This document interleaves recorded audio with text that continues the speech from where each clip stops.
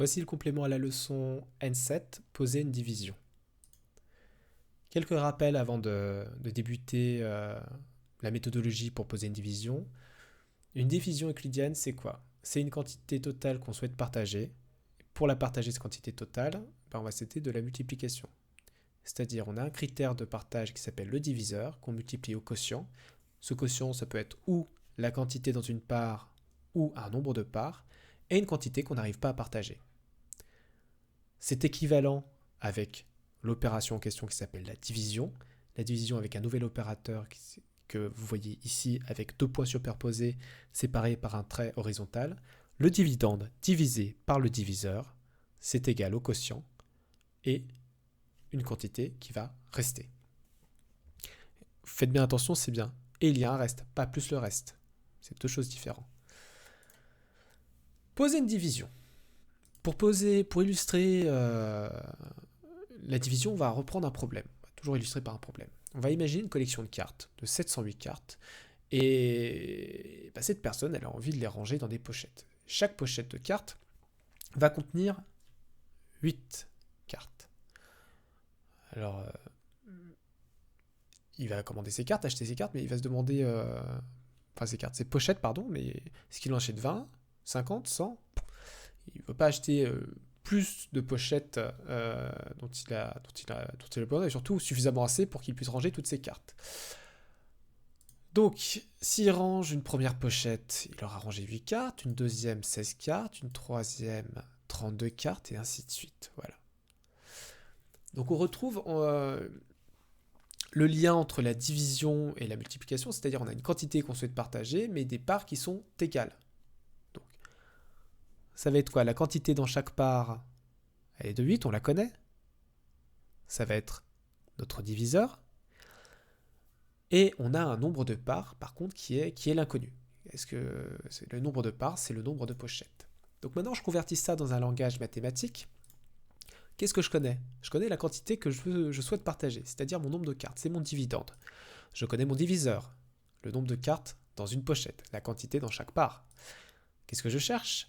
Je cherche le quotient, c'est-à-dire le nombre de pochettes, c'est-à-dire le nombre de parts, et je cherche aussi un reste, c'est-à-dire une quantité de cartes qui ne sera pas dans une pochette pleine, mais qui va quand même utiliser une pochette. Alors ce sera peut-être la moitié de la pochette, ce sera peut-être une carte dans une unique pochette, mais ça on n'en sait rien pour l'instant. Pour poser une division, vous avez besoin de tracer deux traits, un vertical, un horizontal, et mettre vos quantités dans cet outil. Première quantité, c'est le dividende qui sera en haut à gauche. Le diviseur en haut à droite, qui lui sera contenu par la barre verticale et horizontale. C'est les deux quantités que je connais. Ce que je cherche, c'est le quotient qui sera placé ici, et à la fin, nous aurons un reste. Voilà à quoi doit ressembler une division. On va remplacer donc nos valeurs par les données du problème, c'est-à-dire le dividende qui est de 108 cartes, c'est la quantité que je souhaite partager. Le diviseur, c'est mon critère de partage, c'est 8, puisque c'est la quantité que j'ai dans chaque part. Il nous manque maintenant notre quotient qu'on va essayer de déterminer et notre reste éventuel. Première question, avant d'attaquer la division, on se pose toujours la question combien on a de chiffres au quotient. Est-ce que j'ai un quotient à un chiffre, deux chiffres, trois chiffres? Ça va nous permettre de savoir combien on va avoir d'étapes. Alors, on regarde notre dividende. Déjà, première chose, le rang le plus grand, c'est les centaines. Alors, ça pourrait être possiblement les centaines. Ça pourrait être si les centaines sont partageables. Mais est-ce qu'on peut partager 7 centaines en 8 directement? 7 en 8? Non. Donc, on va commencer plutôt par les dizaines. Mais pour essayer de comprendre un peu mieux ça, on va l'illustrer par un encadrement. Si on reprend 708, si on le reprend avec la division euclidienne, c'est donc 8 fois quelque chose plus quelque chose. Imaginons, on trouve un quotient qui a 3 chiffres, c'est-à-dire qui s'arrête aux centaines. Le nombre à 3 chiffres le plus petit, c'est 100. Et 8 fois 100, ça fait combien? Ça fait 800. Sauf que 800, c'est bien plus grand.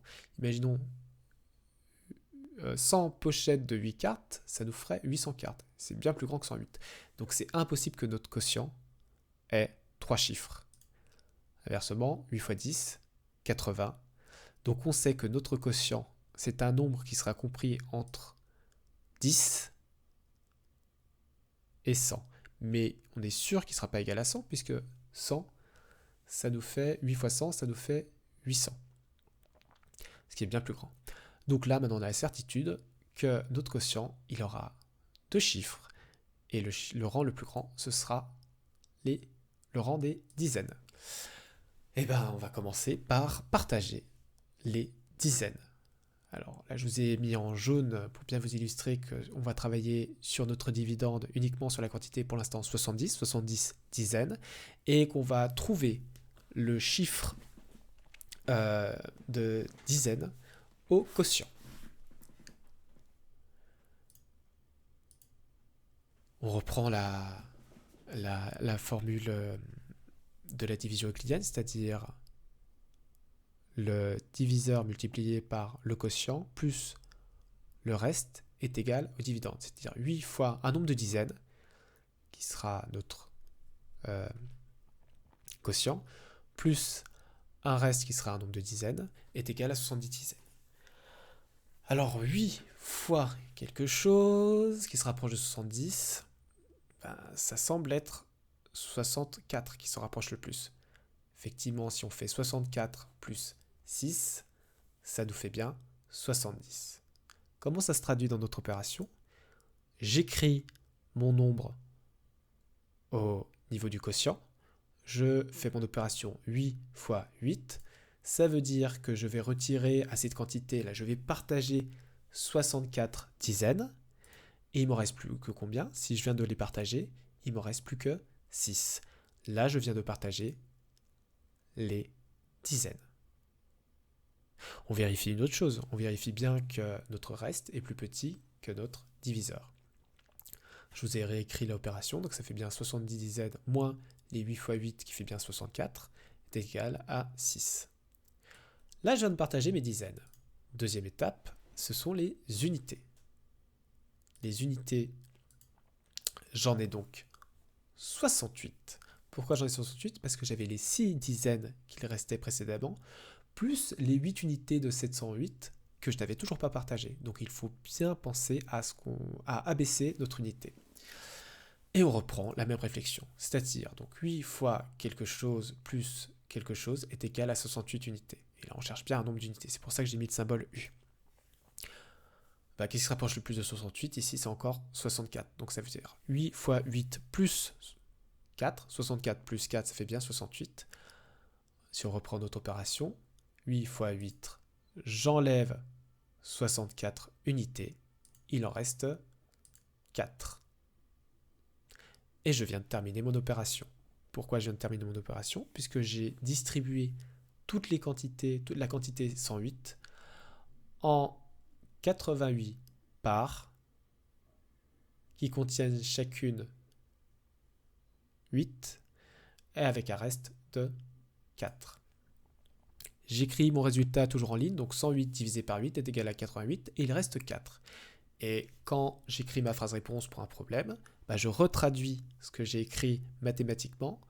Pour ranger mes 108 cartes, j'ai besoin de 88 pochettes, pas uniquement 88, parce que c'est 88 pochettes qui sont pleines, ainsi qu'une dernière complétée de 4 cartes, soit en tout 89 pochettes. Pour résumer, quand on pose une division, on écrit toujours le dividende et le diviseur dans l'opération posée. C'est ce qu'on sait à la base, de toute façon. Et ce qu'on cherche, c'est toujours le quotient et le reste. On se demande combien de chiffres il y a au quotient. Ok, est-ce que c'est un quotient qui sera un chiffre, deux chiffres, trois chiffres? Ça, on peut le savoir, soit par un encadrement, soit on regarde le plus grand rang et on regarde si on peut le partager directement, ainsi de suite. On commence à partager, première chose, le dividende, en suivant le plus grand rang du quotient. La division est terminée lorsqu'on a partagé le dividende jusqu'à l'unité et on écrit toujours le résultat final en ligne.